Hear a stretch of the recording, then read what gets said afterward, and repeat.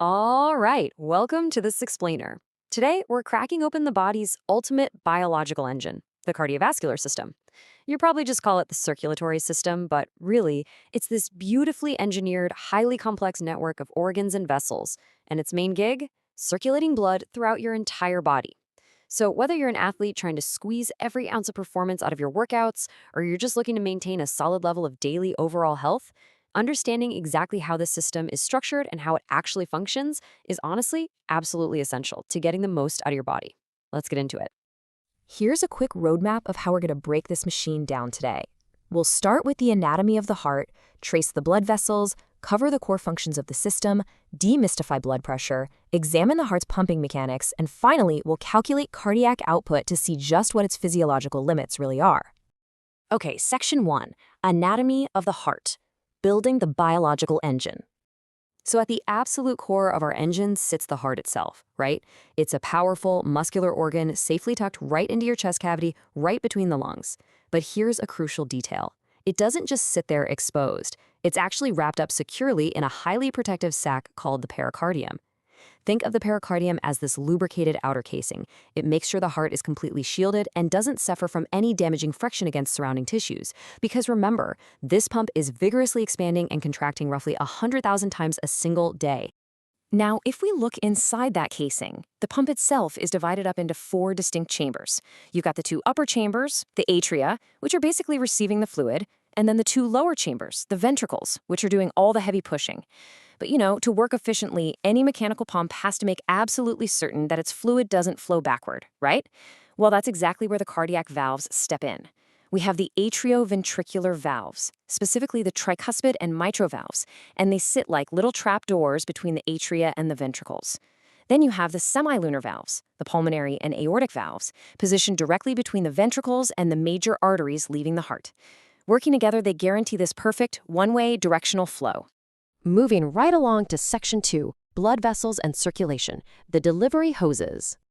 So, pump established. Check. Now we need a delivery network. We basically have 2 main transport paths operating in this continuous closed-loop system, and it's super helpful to just compare them side by side. First up, the arteries. Think of your arteries as high-pressure supply lines. Their main job is carrying that fresh oxygen-rich blood away from the heart, blasting it out to all your body's demanding tissues. Then, doing the exact opposite, we have the veins. Veins act as the low-pressure return lines, gently guiding that now oxygen-poor blood smoothly back to the heart, so the whole cycle can start over again. But there is one totally fascinating exception to this artery and vein rule, and knowing it kind of highlights the elegant logic of the whole setup.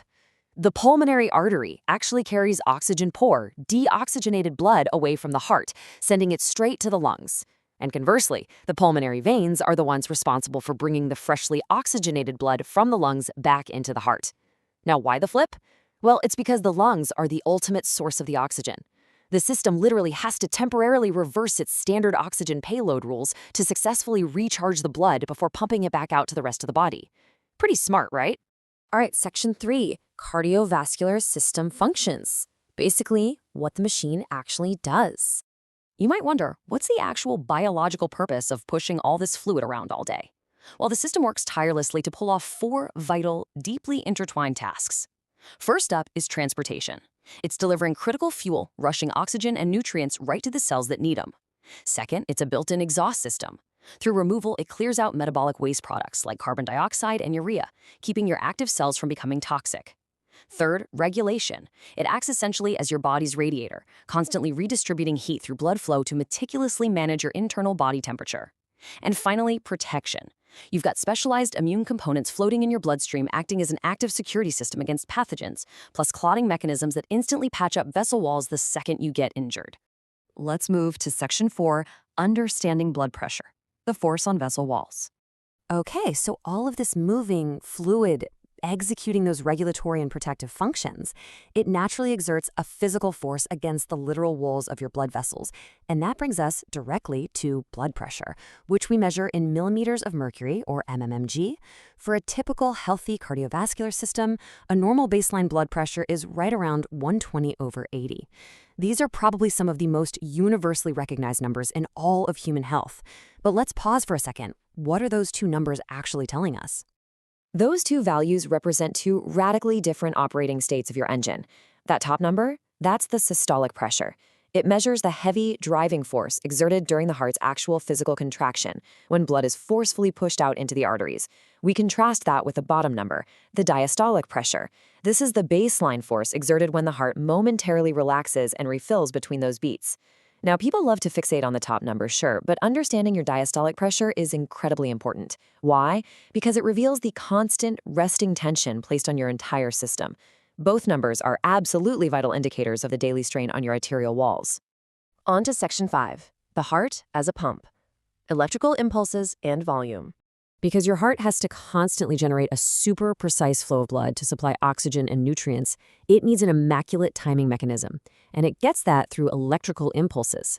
Your heart rate, which is just beats per minute, fluctuates all day long based on activity, stress, even hormones. But it is directly commanded by a specific bundle of specialized cells called the sinoatrial or SA node. You can basically think of the SA node as your body's built-in natural pacemaker. It's the crucial spark plug, generating the electrical signal, setting the absolute perfect tempo and rhythm for the rest of the engine to follow. So with every single electrical spark from that pacemaker, the heart ejects a very specific volume of blood from the left ventricle. This is a critical metric known as stroke volume. At rest, it's usually around 70 to 90 milliliters of fluid. But this isn't a static number. It's highly dynamic and dictated by three distinct mechanical factors. First is preload. Think of this like drawing back a slingshot. It's the amount of blood filling and stretching the ventricles right before they contract. Next is afterload, which is the resistance the heart has to actually pump against. Imagine the stiffness of a heavy door you're trying to push open. And finally, contractility. This is simply the raw muscular strength of the ventricular push itself. And now for the climax, Section 6, calculating cardiac output, measuring cardiovascular horsepower. All right, this is where we bring the entire mechanical process together to see the true performance capabilities of this biological engine. The ultimate metric here is called cardiac output, represented mathematically by the letter Q. Cardiac output is the total amount of blood pumped from the heart over the course of an entire minute. And the formula is beautifully straightforward. You just multiply your heart rate by your stroke volume. What's truly essential to take away here is that having good cardiovascular fitness directly increases your stroke volume. A larger stroke volume means your engine pushes significantly more fluid with every single beat, allowing your resting heart rate to remain much lower. And that ultimately preserves the long-term lifespan of the pump. Let's actually put some numbers to this to really see it in action, comparing a typical resting state directly against a state of heavy exercise. So at rest, let's say you have a steady heart rate of roughly 70 beats per minute and a stroke volume of 70 milliliters. That means your total output is 4,900 milliliters, or right around 4.9 liters of blood moving every minute. But watch what happens to the math during intense physical exertion. Both your heart rate and your stroke volume scale way up to meet the demand. Your heart rate jumps to, say, 180 beats per minute, and the stroke volume expands to 120 milliliters. Multiplying those two factors together gives us an output of 21,600 milliliters a minute. I mean, just think about that massive leap in physical capability. During that intense exercise, your total cardiac output rockets from a quiet, resting baseline of 4.9 liters a minute up to an incredible 21.6 liters a minute. That's more than 4 times the volume of fluid being pumped through your vessels every 60 seconds. It's a stunning example of our physiological adaptability. Your engine instantly ramps up its output to rush oxygen to demanding muscle tissues and clear out that metabolic exhaust exactly when your body requires it. Look, understanding the deep mechanics of this biological engine isn't just about passing an anatomy test, right? It's fundamentally about realizing how you can optimize your own performance and longevity. Regular physical activity, combined with proper recovery and nutrition, directly shapes the efficiency of this entire system. It builds that larger stroke volume, lowers your resting heart rate, and creates a much more resilient engine overall. So, having finally looked under the hood of your circulatory system in this explainer, the most important question left to ask yourself is simply this: how will you train your cardiovascular system today?